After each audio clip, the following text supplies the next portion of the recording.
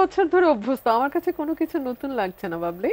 15 বছর আওয়ামী লীগ যা করেছে, গত 1 বছর অন্যান্য দল মিলে তাই করেছে, দ্যাটস ওকে। এটি কি তারই একটা অংশ? ডেফিনেটলি আমার তো তাই মনে হয়। মানে আমার 15 বছরের অভিজ্ঞতা আওয়ামী লীগের সাথে আর এখনকার অভিজ্ঞতার মধ্যে খুব পার্থক্য তো নাই, একই রকম। হ্যাঁ। আওয়ামী লীগ আমাকে থ্রেট মনে করেছিল, এখন অন্যান্য দল যারা বিএনপি চায় না বিএনপি সামনে আসুক, চায় না বিএনপি ভালো করুক, তারা আমাকে থ্রেট মনে করে, দ্যাটস ওকে। ডাকসু নির্বাচন পিছিয়ে গেল 16ই অক্টোবর। একটু ডাকসু জাকসু নির্বাচনে ছাত্র শিবিরের যে অভূতপূর্ব সফলতা আমরা দেখেছি, সেখানে এর প্রভাব জাতীয় নির্বাচনেও পড়বে এমনটা মন্তব্য করেছেন জামাতে ইসলামের আমির শফিকুর রহমান। আপনার কাছে কি মনে হয় এই ডাকসু জাকসুর প্রভাব কি আসলে জাতীয় নির্বাচনে পড়তে পারে? আমি শুরু থেকে একটা কথা বলেছি যে এই নির্বাচন থেকে আমাদের সবার অনেক কিছু শেখার আছে। এই দুটো নির্বাচন আমাদেরকে চোখে আঙুল দিয়ে দেখিয়ে দিয়েছে যে প্রার্থী নির্বাচনের ক্ষেত্রে দলগুলোকে অনেক বেশি সতর্ক হতে হবে। দুই, জামাত 16 বছর যে কোনোভাবেই হোক ক্যাম্পাসে তাদের অস্তিত্ব টিকিয়ে রেখেছিল, ছাত্রলীগের সঙ্গে মিশে গিয়ে হোক, ছাত্রলীগের সঙ্গে তাদের পদধারী নেতা হয়ে হোক, যে কোনোভাবেই হোক ক্যাম্পাসে তাদের উপস্থিতি জারি রেখেছিল, ছাত্রদল সেটা রাখতে পারেনি। তিন হচ্ছে ছাত্র শিবির নানান সময় ওয়ান টু ওয়ান স্টুডেন্টদের সঙ্গে ওয়ান টু ওয়ান যে কানেকশন বিল্ড আপ, যেটাকে আমি ভোটারের সঙ্গে কানেকশন বিল্ড আপ বলি, সেটা তারা খুব সফলভাবে করতে পেরেছে এবং সেটা রেজাল্ট তারা ঘরে নিতে পেরেছে। চার হচ্ছে তারা জনহিতকর কাজ করেছে অনেক, ওয়াটার পিউরিফায়ার দেওয়া, মেজবানের আয়োজন করা, ওই যে আবার people to people connection, people to people contact, এটা তারা চমৎকারভাবে করেছে এবং ওটা তাদের রিটার্ন দিয়েছে। পাঁচ হচ্ছে তারা একটা নতুন ধরনের প্যানেল দিয়েছে। ধরুন তারা কিন্তু শিবির নামে কোনো নির্বাচন করে নাই, বা শিবির প্যানেল নামে কোনো প্যানেল, যদিও আমরা সবাই জানি এটা শিবিরের প্যানেল, কিন্তু ওই অর্থে শিবির নামে প্যানেল ছিল। সেখানে আমরা ক্ষুদ্র নৃগোষ্ঠীর যেমন প্রতিনিধি দেখেছি, আমরা আধুনিক একজন তরুণীকেও তাদের নির্বাচনে প্রার্থী হতে দেখেছি। সো এটা একটা খুবই সব রকমের মানুষের একটা প্যানেল ছিল। সো সুতরাং যে যেভাবে কমফর্ট ফিল করেছে তারা মনে করেছে ঠিক আছে আমরা ভিন্ন কিছু দেখি, নতুন কোনো প্যানেলকে আমরা দেই, নতুন ভাবে আমরা দেখি তারা কি নতুন রাজনীতিটা দিতে যাচ্ছে। এখন এইটার ফল ডাকসুতে কিরকম হবে বা তাদের পারফরমেন্স কিরকম হবে, let's put it in this way, but ডাকসুতে তাদের পারফরমেন্স কিরকম হবে সেটা স্টুডেন্টরা যাচাই করবে আগামী 1 বছর। সেটা আসলে আমার এখানে আমি বলতে পারবো না। কি কিছু লেসন নিবার সার্টেনলি, এবং এই ব্যাপারগুলোতে আমি দলের হাইকমান্ডের সাথে কথা বলেছি এবং এই ব্যাপারগুলো আসলে আমি টক শোতে অনেক আলোচনা করছি, এত আলোচনা করছি ওটা এখানে রিপিট না করি। কিন্তু আমি এটা যেটা বলতে চাই, আপনি যে প্রশ্নটা আমাকে করেছেন জাতীয় নির্বাচনে এটার কোনো প্রভাব পড়বে কিনা, আমি মনে করি না। এটা আমি প্রথম দিন যেদিন আমি শিবির কেন জিতেছে কোনো রকম ডিনায়ালের মধ্যে না গিয়ে, শিশির মুনির আমার সাথে ছিলেন ওই দিন ভেরি ইন্টারেস্টিংলি, আজকে উনি আছেন, তো তখন যেমন আমি ডিনায়ালের মধ্যে না গিয়ে বলেছিলাম যে এটা ডেফিনেটলি এই ফলটা থেকে আমাদের এটা শেখার আছে বাংলাদেশের অন্যান্য পলিটিক্যাল পার্টিসগুলোর। একই সঙ্গে আমি এটাও খুব ক্লিয়ারলি সেদিন বলেছিলাম যে জাতীয় রাজনীতির calculation equation is completely different. কিরকম? জাতীয় রাজনীতিতে ধরুন আমি আমার আসনে আজকে 9 বছর ধরে কাজ করছি, ওখানে আমি রাস্তাঘাট থেকে শুরু করে, যেহেতু আমি 3.5 বছর এমপি ছিলাম, আমি খুবই কম কাজ করতে পেরেছি বিকজ আমার বরাদ্দ অনেক কম ছিল, বাট তার প্রতিটা পাই পয়সা যেন সঠিকভাবে কাজে লাগে এটা আমি এনশিওর করতে চেষ্টা করি, বিকজ আমার মাথায় ইলেকশন আছে। সো মানুষ কিন্তু এগুলো মনে রাখে। এখনো আমি যখন পিপল টু পিপল কন্ট্যাক্টে চলে যাই, আমি যখন বিভিন্ন এলাকা পরিদর্শনে চলে যাই, ওরা কিন্তু বলে আপা এই রাস্তাটা আপনার সময় বরাদ্দ হয়েছে, ওই লাইটটা আপনার সময় বরাদ্দ হয়েছে, ওরা মনে রেখেছে। ঈদ পূজা পার্বণ গত 7-8 বছর আমি রেগুলার ওখানে করেছি কাজ, সো ওরা মনে রেখেছে। শীতকাল কম্বল বিতরণ ওরা মনে রেখেছে। সো এই জায়গাগুলো হয় কি অন্য ইকুয়েশন কাজ করে, আপনার সাথে আপনার কনস্টিটুয়েন্সির সম্পর্ক কতটা, সেটা কিন্তু দলকে ছাপিয়েও অনেক সময় প্রভাব রাখে। তো আমার কাছে মনে হয় যে ন্যাশনাল ইলেকশন আর ডাকসু ইলেকশন ইজ ডিফারেন্ট, আর ভোটার ইয়েটাও আলাদা, ভোটারের ইয়েটাও আলাদা। অভ্যুত্থানের পরবর্তীতে আমরা শিবিরের যে পরিবর্তনগুলো দেখেছি বা জামাতের যে অবস্থানটা দেখেছি, সেখান থেকে আমরা তো এতটুকু বুঝতে পারছি যে তারা আমরা সবসময় বলে আসি যে তারা সংগঠিত, তারা ভীষণ রকম সংগঠিত বলেই তারা বা তাদের ভালো একটা প্ল্যান নিয়ে তারা আগাচ্ছে, সেক্ষেত্রে প্রভাব পড়বেই না এটাই বা আমরা কতটুকু নিশ্চিতভাবে আসলে বলতে পারি, সেটা নিয়ে নিশ্চয়ই আসবো। জনাব শিশির মুনির, আপনার কাছে একটু আসি যে ভোটের মাঠের ক্ষেত্রে জামাতে ইসলামী, আগের জামাতে ইসলামী কি ছিল আর এখনকার জামায়াতে ইসলামী কি আছে যে জনগণ তাদেরকে গ্রহণ করবে? জামায়াতে ইসলামীর জেনুইনিটি আছে। পরিবর্তনগুলো কি? জেনুইন, জেনুইননেস যদি কোনো জিনিসের না থাকে তাহলে এটাকে যদি আপনি পরিবর্তন করেন তাহলে আপনি আপনার অরিজিনালিটি হারিয়ে ফেলবেন। যে জামাত ইসলামীর একটা বেসিক কোয়ালিটি হলো এটার মধ্যে কতগুলো বিউটি আছে, এই বিউটিটাকে আপনি অপপ্রচার দিয়ে রাখতে পারবেন না আরেকটা বিউটি যদি হাজির না করে। This is what is misunderstanding, miscalculation. Chhatra Shibir Dhaka বিশ্ববিদ্যালয়ে ভালো করেছে, জাহাঙ্গীরনগর বিশ্ববিদ্যালয়ে ভালো করেছে, এটাকে নানান ক্যালকুলেশনের চাইতে ইম্পর্টেন্টলি দেখা উচিত ফর হোয়াট জেনুইনিটি এবং কি ধরনের জেনুইন ক্যাপাসিটি এদের মধ্যে আছে যা নাকি স্টুডেন্টস অ্যাটেনশনকে অ্যাট্রাক্ট করতে পারে। একদম, আমরা সেটা নিয়ে রুমিন আপাও আলোচনা করছিলাম। এবং এখানে যদি আমি অন্য ক্যালকুলেশন দাঁড় করাই এটা সত্যকে অস্বীকার করা হবে। আমি যদি নানান ধরনের ক্যালকুলেশন দাঁড় করিয়ে জেনুইন জিনিসটাকে পাশ কাটিয়ে যাই তাহলে রিপিটেডলি সেম মিস্টেক হবে। বুদ্ধিমানকে, বুদ্ধিমান হলো একটা ফ্যাক্ট, যেটা ফ্যাক্ট এটাকে আমি স্বীকার করে নিব, দিস ইজ ফ্যাক্ট।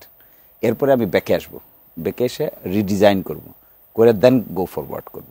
এইটা যদি না থাকে তাহলে এই লোকটা তো স্বাধীন না, তাহলে এখানে তো স্বাধীনতার অভাব আছে। তাহলে ইন্ডিপেন্ডেন্ট থিঙ্কিং কাকে বলে? ইন্ডিপেন্ডেন্ট থিঙ্কিং হলো you will accept reality and based on reality you will redefine, reformulate and go forward. এটাই দুনিয়ার স্ট্রাকচার, এটাই থিসিস, অ্যান্টিথিসিস, সিনথেসিস। এই প্রক্রিয়ার বাইরে কিছু নাই দুনিয়ার ডিসিশন মেকিং প্রক্রিয়ায়। এইটা যারা ফলো করবে না, গোয়ার গোবিন্দ আচরণ করবে, গোয়ার তুমি করবে, এরা কিন্তু repeatedly will see the same thing. Jamaat করলে জামাত পাবে, এটা রেজাল্ট পাবে, বিএনপি করলে বিএনপিটা রেজাল্ট পাবে, যে দলই করুক সে তার রেজাল্ট পাবে। আমি তো মনে করি এই পলিটিক্যাল পার্টি, অর্গানাইজেশন, রাষ্ট্র ব্যবস্থাপনা এগুলো তো হিউম্যান ম্যানেজমেন্ট। তো হিউম্যান ম্যানেজমেন্টটা বেটার, গুড, বেটার, এক্সেলেন্ট হবে, বেস্ট হবে। তাহলে একটা যদি আমার কাছে কখনো জামাত ইসলামের আগের অ্যারেঞ্জমেন্টটা যদি গুড হয়ে থাকে তাহলে এখন অ্যারেঞ্জমেন্টটা যদি বেটার না হয়ে থাকে তাহলে পিপল অ্যাকসেপ্ট করবে কেন?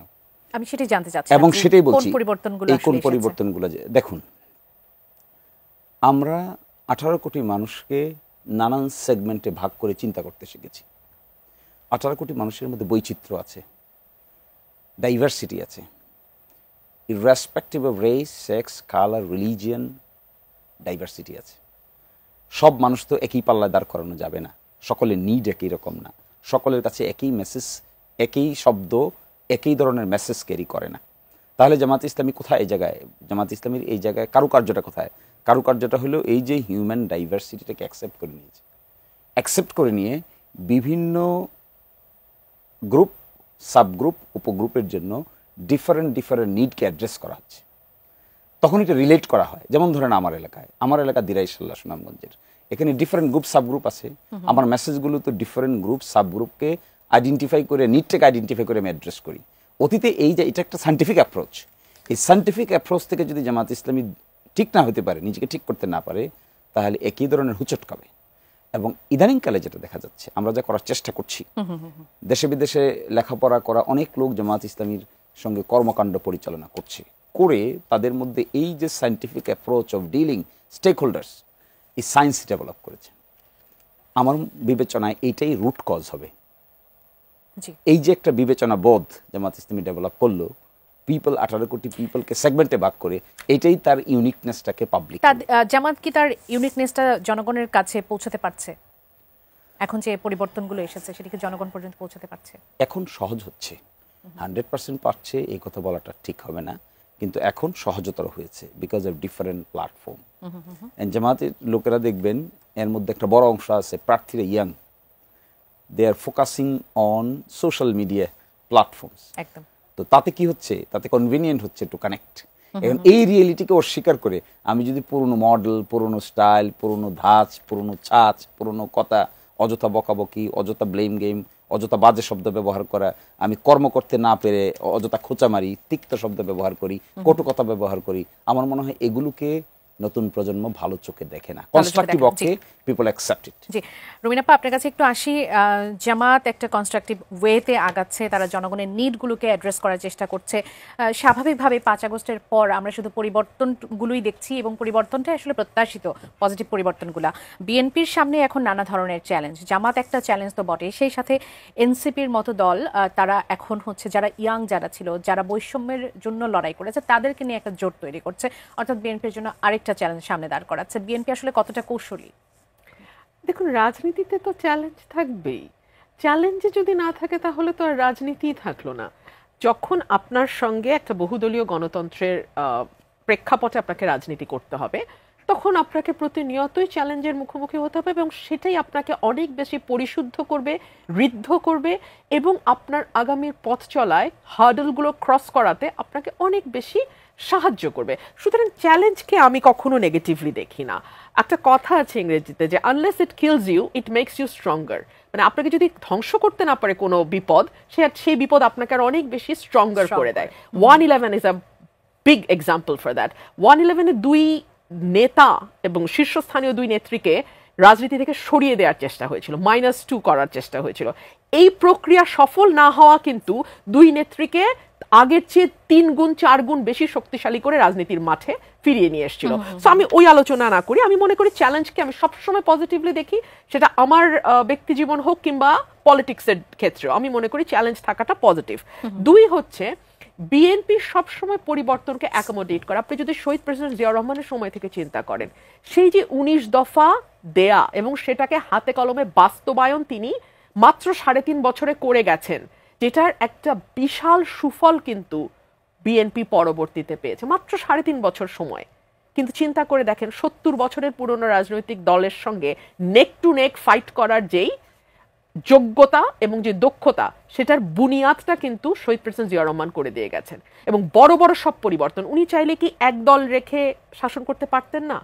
উনি চাইলে কি বিচার বিভাগ যেভাবে অধীনস্থ ছিল সেভাবে করতে পারতেন না? উনি চাইলে কি 3টা বা 4টা সংবাদপত্র যেটা তার পূর্ববর্তী শাসক করে দিয়ে গেছিল সেটাকে কন্টিনিউ করলে আরেকটু স্মুথ রান করতে পারতেন না? পারতেন। কিন্তু উনি কিন্তু সেটা করেননি। ওনার হাত দিয়ে বৈপ্লবিক পরিবর্তনগুলো এসছে এবং সকল রাজনৈতিক দল আবারও রাজনীতি করার সুযোগ এবং আমি কি বলবো মানে অপরচুনিটি পেয়েছে শহীদ প্রেসিডেন্ট জিয়াউর রহমানের সময়। তারপরে আপনি দেখেন বাংলাদেশের সংস্কার শব্দটা যখন কেউ উচ্চারণও করে নাই, কারো মাথায়ও আসে নাই, সেটা আপনি পার্লামেন্টে প্রধানমন্ত্রী আর রাষ্ট্রপতির ক্ষমতার ভারসাম্য বলেন, সেটা আপনি স্পিকার বা ডেপুটি স্পিকার বিরোধী দল থেকে নেওয়া বলেন, সেটা আপনি সংসদীয় কমিটিগুলোতে বিরোধী দল থেকে নেওয়া বলেন, কিংবা যেটাই বলেন না কেন, বড় দ্বিকক্ষ বিশিষ্ট সংসদ বলেন, সবগুলোর দফা কিন্তু 16 সালে বিএনপি দিয়েছিল, ব্যাক ইন 2006, না থেকে 9 বছর আগে। তারপরে তো 27 দফা 31 দফা আমরা দফায় দফায় দিয়েছে। এবং আজকে মূলত যে সংস্কার নিয়ে আলোচনা হচ্ছে ঐক্যমত কমিশনে, আমি যদি সংবিধান সংস্কারটাই শুধু বলি, বাকি সংস্কারগুলো সরিয়েও রাখি, এই প্রতিটা সংবিধানের এই প্রতিটা সংস্কার নিয়ে কিন্তু প্রথম বিএনপি কথা বলেছে। তারপরে আপনি আসেন এইবার যেই নির্বাচন আসতে যাচ্ছে আমাদের সামনে, এবং ইনশাল্লাহ আমি আশা করি ফেব্রুয়ারিতে আমরা একটি জাতীয় নির্বাচন পাবো।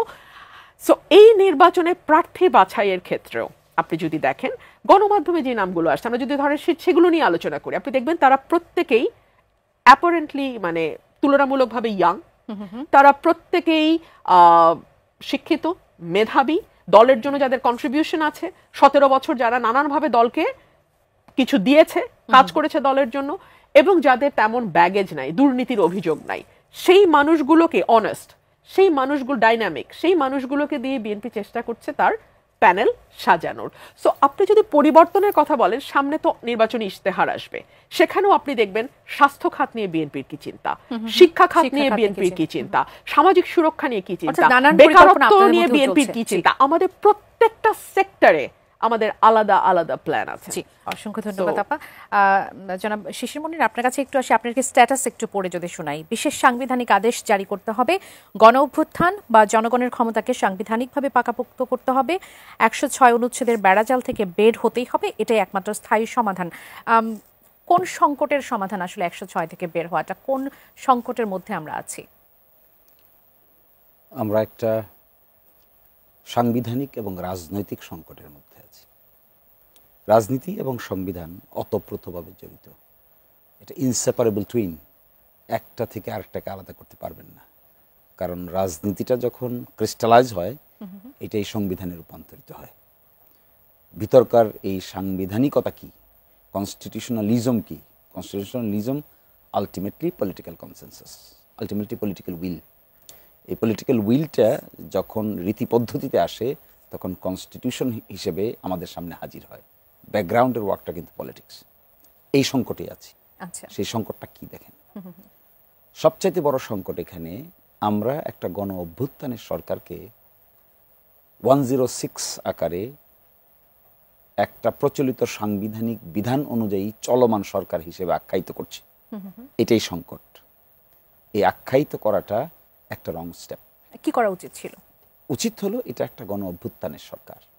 এই গণ অভ্যুত্থানের সরকারের ভিত্তি হলো জনগণের ইচ্ছার বহিঃপ্রকাশ। এটা 106 না। 106 হলো সংবিধানের একটা বিধান যেখানে রাষ্ট্রপতি প্রধান বিচারপতির কাছে পাঠাতে পারেন, বিশেষ গুরুত্বপূর্ণ বিষয়ে মতামত চেয়ে পাঠাতে পারেন। তার কোনো বাধ্যবাধকতা নাই। বাংলাদেশের ইতিহাসে অতীতে আরো 2বার 106 অ্যাপ্লাই করা হয়েছিল। একবার করা হয়েছিল যখন পার্লামেন্ট বয়কট করা হয়েছিল, বিএনপি ক্ষমতায় ছিল, আওয়ামী লীগ জামাত সহ সকলেই পার্লামেন্ট বয়কট করে বের হয়ে আসছিল তত্ত্বাবধায়ক সরকারের আন্দোলনের সময়। 47 DLR আপিলের ডিভিশন পেজ 111-এ এই মামলাটা রিপোর্টেড আছে। সেটাতে একটা মতামত দিয়েছিল সুপ্রিম কোর্ট। আরেকবার মতামত দিয়েছিল বিডিআর মিউটিনি যখন হলো, তখন প্রশ্ন এসে দাঁড়ালো এর বিচারটা কি মার্শালের অধীনে হবে নাকি এই বিচারটা হবে পেনাল কোর্টের অধীনে। সুপ্রিম কোর্টের কাছে মতামত চেয়ে পাঠিয়েছিল। এখানে সুপ্রিম কোর্ট একটা মতামত দিয়েছিল। সে আলোচনায় সুপ্রিম কোর্ট বলেছে যে আমাদের কাছে মতামত চাইলে মতামত দিতে হবে, তার কোনো বাধ্যবাধকতা নাই। আর আমরা যে মতামত দিব এটা মানা না মানার সঙ্গেও কোনো বাধ্যবাধকতার কিছু নাই। ভারতীয় উপমহাদেশে ভারতীয় সুপ্রিম কোর্ট এ পর্যন্ত 24 বার এই মতামতের এখতিয়ার প্রয়োগ করেছে। এই জায়গায় সংকটটা এখানে লেগেছে, আমরা একটা গণ অভ্যুত্থান ঘটার পরে আমরা এখন সংবিধানের ভিতরে ঢুকে 106 অনুচ্ছেদের শেল্টার নিচ্ছি। এটা রং। শেল্টারটা হলো তাহলে সরকারের বৈধতা কোথায়? সরকারের বৈধতা হলো জনগণের ইচ্ছার চরম বহিঃপ্রকাশ। এটা 5 তারিখে ঘটেছে। 6 তারিখ সরকার ছিল না, 7 তারিখ সরকার ছিল না, 8 তারিখ সন্ধ্যায় সরকার এসেছে। এর মাঝখানে কাদের ইচ্ছার বহিঃপ্রকাশ ঘটেছে? কি করে ইউনূস সাহেব এখানে আসলেন? কি করে মন্ত্রী পরিষদ গঠিত হলো? বাংলাদেশের সংবিধান, বর্তমান সংবিধানে আপনি প্রধান উপদেষ্টার শপথ বলতে কিছু দেখতে পাবেন না, উপদেষ্টাদের শপথ বলতে কিছু দেখতে পাবেন না। এটা ছিল তত্ত্বাবধায়ক সরকারের আমলে। যখন তত্ত্বাবধায়ক সিস্টেম বাদ হয়ে যায় তখন সেই শপথের ল্যাঙ্গুয়েজগুলো বাদ হয়ে গেছে। তাহলে এখন আমরা জোর করে বলতেছি যে নাই তবু আছে। আপনি নির্বাচন নিয়েও বলেছেন যে বিশেষ সাংবিধানিক আদেশ জারি না হলে কোন আইনে আগামী ফেব্রুয়ারিতে অন্তর্বর্তী সরকার জাতীয় নির্বাচন? সেটাই আমি বলছি। তাহলে এখন যদি আমরা এসে বলি যে আমরা একটা নিয়মতান্ত্রিকতার মধ্যে আছি, আমি বলছি এটাই সংকট। এটা বুঝতে না পারাটা সংকট। এটাকে আইনি ভিত্তি দিতে হবে। ভিত্তি দেওয়ার প্রক্রিয়া কি? 3-4টা প্রক্রিয়া আছে। তার মধ্যে বেস্ট প্রক্রিয়া আমাদের দৃষ্টিতে বেস্ট প্রক্রিয়া হলো একটা স্পেশাল কনস্টিটিউশনাল আদেশ জারি করে এই লিগ্যাল ভ্যাকুয়ামটাকে ফুলফিল করে নির্বাচনের দিনক্ষণ তারিখ পর্যন্ত ঠিক করে দিতে হবে।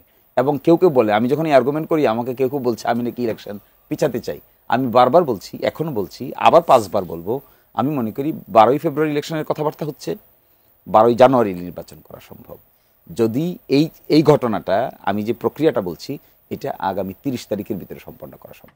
রুমিন আপা, আপনার কাছে আসি। রাজনীতিতে ইসলামী দলগুলোর এখন সর্বশ্রেষ্ঠ সময়।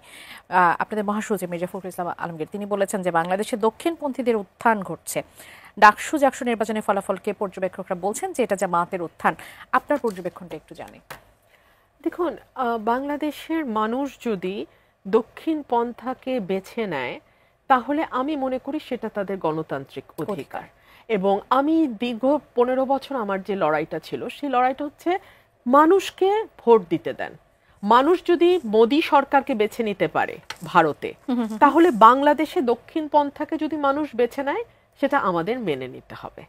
1, 2 হলো, আপনি যদি দক্ষিণ পন্থাকে কাউন্টার করতে যান তাহলে আপনাকে আগে বুঝতে হবে দক্ষিণ পন্থার উত্থান কেন ঘটছে।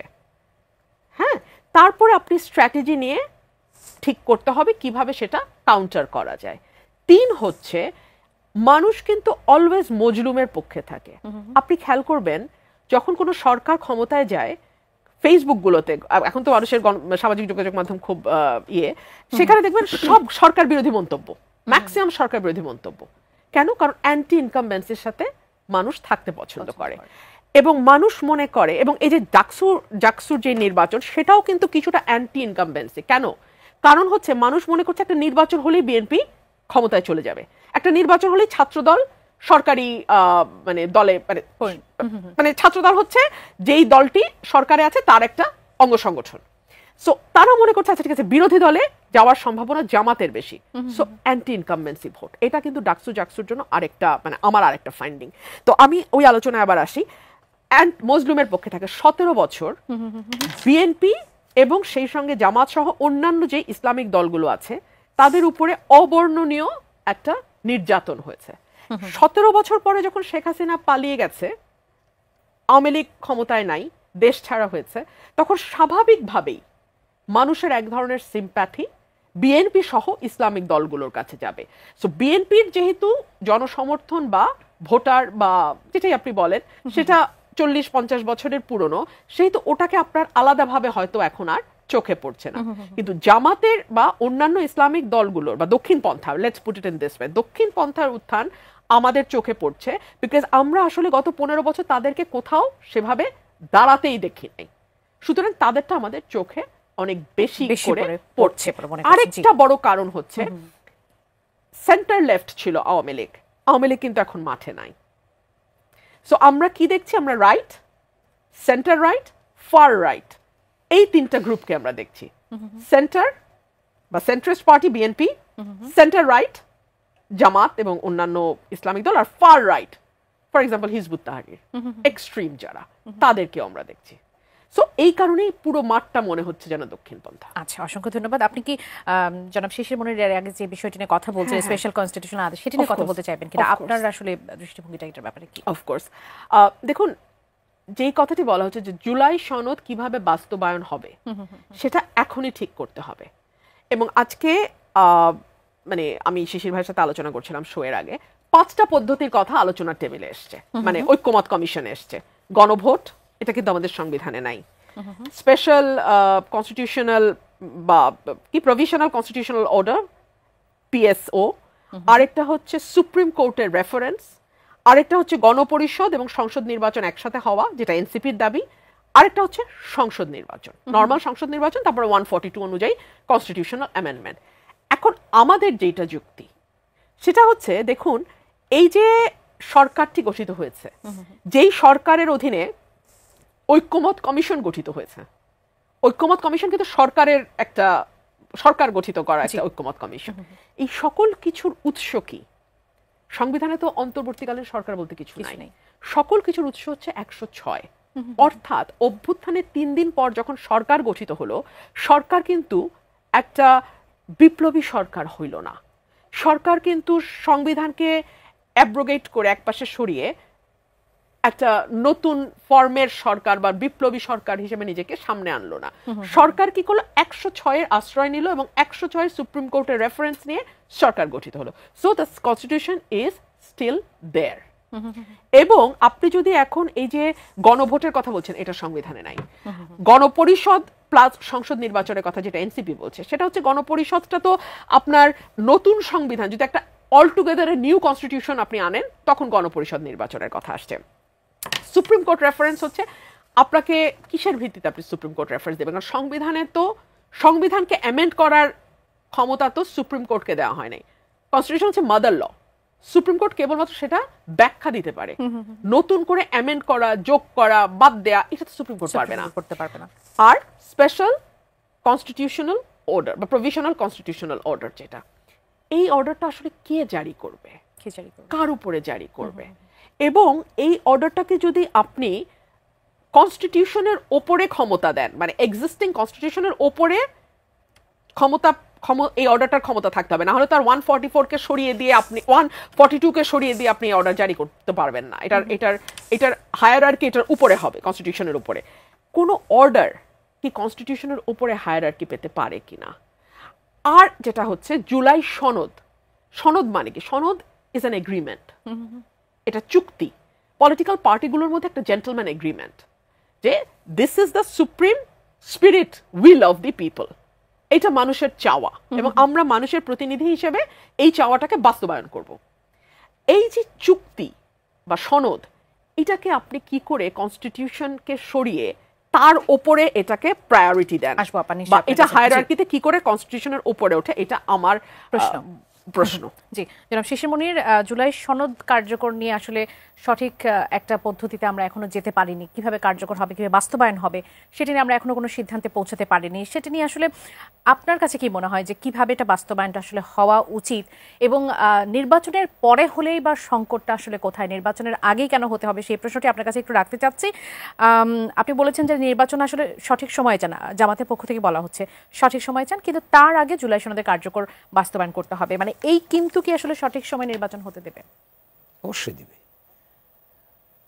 আগামী, আমি আগেই বলছি আপনাকে, 30 তারিখে ধরেন, 30শে সেপ্টেম্বর টাইম ক্যালকুলেট করি আমরা, 30শে সেপ্টেম্বর জুলাই সনদ কার্যকারিতার জন্য বিশেষ সাংবিধানিক আদেশ জারি করে দিবেন, নির্বাচনের দিন তারিখ সহ সবকিছু ডিক্লেয়ার করে দেবেন, এবং নির্বাচনের দিন তারিখের দিন নির্বাচন অনুষ্ঠিত হবে। সকল রাজনৈতিক দল নির্বাচনের প্রস্তুতিতে ঝাঁপিয়ে পড়বে, কোনো মত পার্থক্য থাকবে না। এই জন্যই জিজ্ঞেস করছিলাম যে নির্বাচনের পরে কেন জুলাই সনদ কার্যকর হতে পারবে না। এটাই আমি বলছি আপনাকে।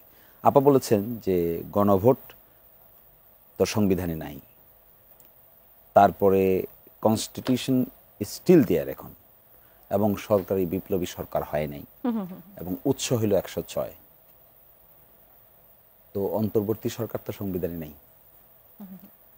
গণভোট নাই সংবিধানে, রাইট? গণভোট নাই সংবিধানে, অন্তর্বর্তী সরকারও সংবিধানে নাই। 106 অনুচ্ছেদ দিয়ে কখনো যে জিনিস নাই এই জিনিসকে আনা যায় না। কিভাবে এনেছেন তাহলে? শুধু একটা সোর্সে আনতে পেরেছেন, গণ অভ্যুত্থান। তাহলে গণ অভ্যুত্থান তো আছে, এখন কি আমরা অস্বীকার করে যেতাম যে গণ অভ্যুত্থানও নাই? তো গণ অভ্যুত্থানের আফটারম্যাথ কি হয়েছে? যা কিছু হচ্ছে তার পিন পয়েন্টটা কোথায়? গণ অভ্যুত্থান। এদিন না হলে কি হইতো? একটাও হতো না, হচ্ছে দেখি সব হয়েছে।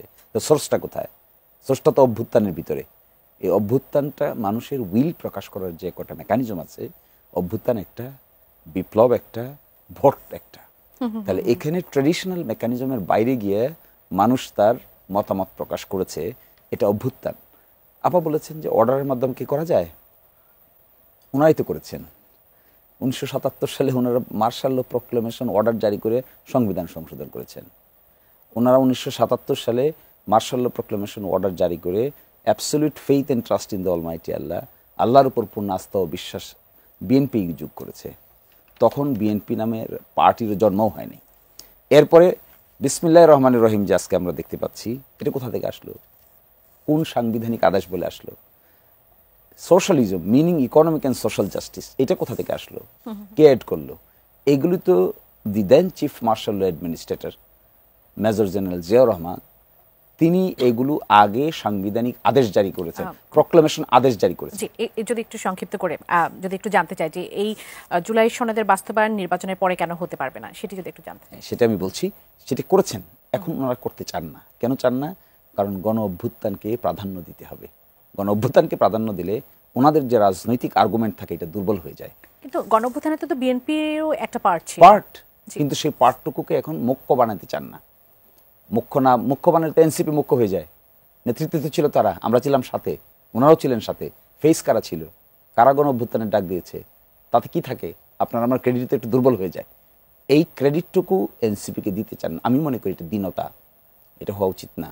এটা জামাতেরও করা উচিত না, বিএনপিরও করা উচিত না, কোনো রাজনৈতিক দলের করা উচিত না। তাদের যে ক্রেডিট, এই ক্রেডিটটুকু তাদের দিয়ে দেওয়া উচিত। এবং এখানে সংসদের পরে যেটা বলছেন, কেন আমরা গণ অভ্যুত্থান করার পরে সিস্টেম চেঞ্জ করতে পারবো না?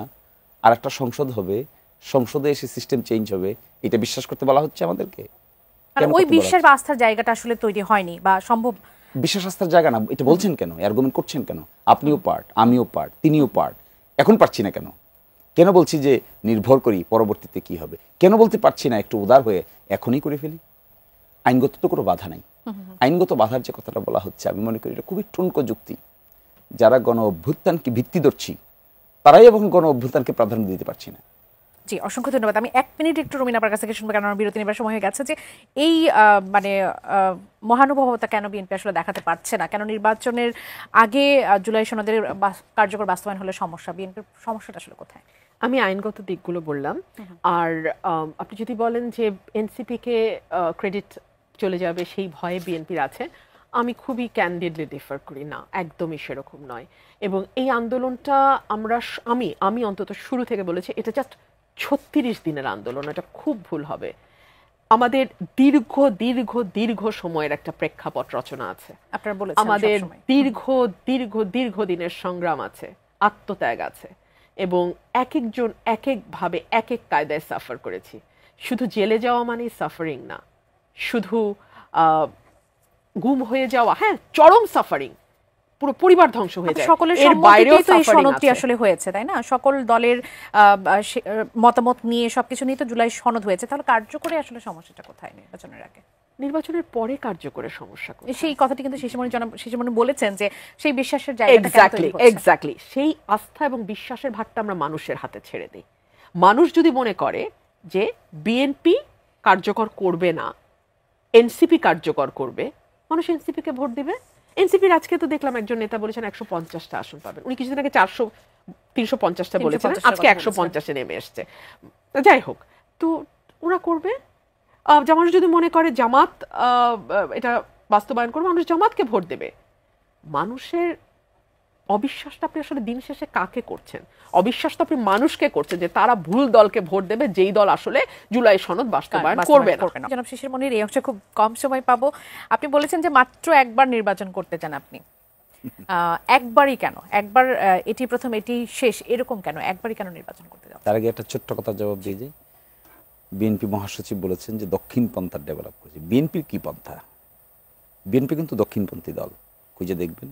বিএনপি কিন্তু বাংলাদেশের সংবিধানে আল্লাহর উপর পূর্ণ আস্থা বিশ্বাস যোগ করেছে, বিএনপি বিসমিল্লাহ যোগ করেছে। সব গঠনতান্ত্রিক পরিবর্তন কিন্তু বিএনপি করেছে, উদাহরণ দিয়ে সেগুলো বলেছেন। এবং সেই জন্য এটা বিএনপি যে বলছে দক্ষিণপন্থার উত্থান হয়েছে, মূলত নিজের অস্তিত্বকে অস্বীকার করছে অন্যরকম ভাবে। আর কেন একবারের বেশি বলেছি? কারণ আমি আইন পেশার লোক, আইন আমার পেশা এবং নেশা। আমি ইলেকশন করতে গিয়েছি যে প্রেক্ষাপটে যাদের জন্য কিছু করার, আমি মনে করি 5 বছর কাজ করলে তার বড় একটা অংশ আমি বাস্তবায়ন করে ফেলতে পারবো। আচ্ছা, আমি আরেকটা কথা বলেছি এখানে, আমি এটা বলেছিলাম তাদেরকে যে আমি নেতৃত্বটাকে আঁকড়ে ধরতে চাই না। আমি একবার এমপি হলাম, সারা জীবন আমি এমপিত্ব থেকে যাব, এটাকে আমি মনে করি এক ধরনের ব্যাড কালচার। এটার জন্য আমি যতদিন সময় পাবো আমি ছোট ছোট করে একটু প্রশ্ন করতে চাই। সুনামগঞ্জে একটি হিন্দু অধ্যুষিত এলাকায় আপনি হচ্ছে জামাতের প্রার্থী বলে আমরা যতটুকু জানতে পারছি। আমরা সবসময় জেনে এসেছি যে হিন্দুরা সবসময় আওয়ামী লীগকে ভোট দেয়। তারা আপনাকে কেন ভোট দেবে? মানে কোন বিশেষ ব্যাপারটি আসলে করতে যাচ্ছে? দিরাইশাল্লাহর রাজনীতি আমাদের এখানে এটা কোনো দলীয় রাজনীতি না, এটা সবসময় ব্যক্তিকেন্দ্রিক। আচ্ছা, আপনি দেখবেন আমাদের বড় বড় নেতা ছিলেন বাবু রঞ্জিত সেনগুপ্ত, জনাব নাসিরউদ্দিন চৌধুরী। বাবু রঞ্জিত সেনগুপ্ত যখন যে দলেই ছিলেন না কেন সেই দল থেকেই এমপি ছিলেন। জনাব নাসিরউদ্দিন চৌধুরী একবার এমপি হয়েছিলেন লাঙ্গল থেকে, বিএনপি থেকে নয়। ফলে ওখানের মূল বিষয় মানুষ দেখে ব্যক্তিকেন্দ্রিক। আর দ্বিতীয় কথা হলো সেখানকার হিন্দু জনগোষ্ঠীর সঙ্গে মিলেমিশে আমরা যেভাবে কাজ করছি, আমি তো দেখি মুসলমানদের চাইতে আমার এলাকায় হিন্দুরাই বরং আমাদের ব্যাপারে অনেক বেশি উৎসাহী এবং কনস্ট্রাকটিভ। মাইকে ঘোষণা দিয়ে মাজারে মাজারে হামলা, ভাঙচুর, অগ্নিসংযোগ, লাশ পোড়ানোর মতো ঘটনাকে জামাত আসলে কিভাবে দেখে? Of course this is very bad, we condemn it. আমাদের যদি কোনোদিন ক্ষমতা আসে আমরা তার একটাও সংগঠিত হতে দিব না। আর কেউ যদি এটা করে থাকেন অবশ্যই আমরা তাদেরকে উপযুক্ত আইনি বিধানের মধ্যে আনবো। আমি একটু রুমিন আপা আপনার কাছে আসছে শেষ মুহূর্তে, আসলে সময় খুবই কম। আপনি জুলাই সনদে বাস্তবায়ন ছাড়া বিকল্প নেই এমনটা বলেছেন প্রধান উপদেষ্টা অধ্যাপক ডক্টর মোহাম্মদ ইউনূস। তিনি বলেছেন যে এই সমঝোতার পথে আমাদের এগোতে হবে, মানে এই যে ঐক্যমত্য প্রতিষ্ঠার কথা বলেছেন সেই ঐক্যমত্য প্রতিষ্ঠার জন্য হলেও জুলাই সনদ বাস্তবায়ন করতেই হবে। আপনার মতামতটা কি? আমি সেই জায়গায় যাওয়ার আগে আমার ভাইয়ের কথার একটু উত্তর দেই। বিএনপিকে উনি দক্ষিণপন্থী বলছেন, একদমই না। বিএনপির গঠনতন্ত্র থেকে শুরু করে আপনি যদি বিএনপির আদর্শ এবং লক্ষ্য দেখেন, আপনি দেখবেন তারা সবসময় নিজেকে মধ্যপন্থী দল দাবি করেছে এবং তারা বলেছে আমরা ডানের বাম, বামের ডান। এবং এই পরিচয়ই কিন্তু গত 40 বছর বিএনপি বাংলাদেশের রাজনীতি করেছে। বিএনপিতে আমরা কিছুটা বাম ঘেঁষা যেমন দেখি, কাউকে কাউকে কিছুটা ডান ঘেঁষাও দেখি। তবে এই বাম ঘেঁষা বা ডান ঘেঁষা যেটি আপনি বলেন, এদেরকে অ্যাকোমোডেট করে একটা প্ল্যাটফর্মে আনা, এটাই বিএনপির কৃতিত্ব এবং এই কারণেই বিএনপি নিজেকে সেন্ট্রিস্ট দাবি করে। এখানে আপনি নানান মতের সম্মিলন দেখতে পাবেন। এটা একটা রেজিমেন্টেড ফোর্সের মতন যেমন কাজ করে না, যেটা জামাত অনেক সময় করে, যে কারণে জামাতের আমি নিজেই বলেছেন যে আমরা আর্মি স্টাইলে কাজ করি, এত সুশৃঙ্খলা। আপনার একটা মন্তব্য একটু জানতে চাই আপা, যে জামাত তাদের জন্য কাউকে হুমকি হিসেবে চিহ্নিত করলে তাকে নিশ্চিহ্ন করতে আক্রমণ করে, এমনটা উল্লেখ করে তিনি বলেছেন যে পলিটিক্যাল পার্টি হিসেবে জামাতের কিছু কিছু বিষয় আমাদের বুঝতে হবে, ইটস ভেরি অর্গানাইজড পার্টি। মানে অ্যাবসলিউটলি কেন threat? They are extremely organised and if they can মানে কাউকে যদি তারা মনে করে যে রাজনৈতিকভাবে তাদের দলের জন্য থ্রেট বা অন্য দলের জন্য অ্যাসেট, তখন তাকে ধ্বংস করতে 1 মিনিটও চিন্তা করবে না। এবং সেই ধ্বংসের জন্য কেবল যে সহি উপায় অবলম্বন করবে তা না, সত্য মিথ্যা, ডাহা মিথ্যা, কিছু সত্য সব মিলিয়ে তারা তাকে ধ্বংস করার জন্য একদম সব রকম অস্ত্র তারা ব্যবহার করবে। আর আরেকটা যে প্রশ্ন আপনি করেছেন ঐক্যমত, দেখুন, আপনি তো ঐক্যমতটা চাপিয়ে দিতে পারবেন না, আপনাকে তো you have to agree to disagree, না হলে তো আপনি ওই কমিশনে বসাই সম্ভব নয়। এবং এখানে বিভিন্ন মতের রাজনৈতিক দল আছে, প্রত্যেকের যার যার ওপিনিয়ন থাকবে, কিন্তু আমরা যদি ঘাট ধরে বলি যে সকল বিষয়ে ঐক্যমতে আপনাদেরকে পৌঁছতেই হবে, এটাও তো এক ধরনের ফ্যাসিবাদী আচরণ, অসংখ্য এটাও তো ধন্যবাদ। আমাদের স্বৈরাচারী সময় আচরণ। একেবারে শেষ। ব্যারিস্টার রুমিন ফারহানা, অ্যাডভোকেট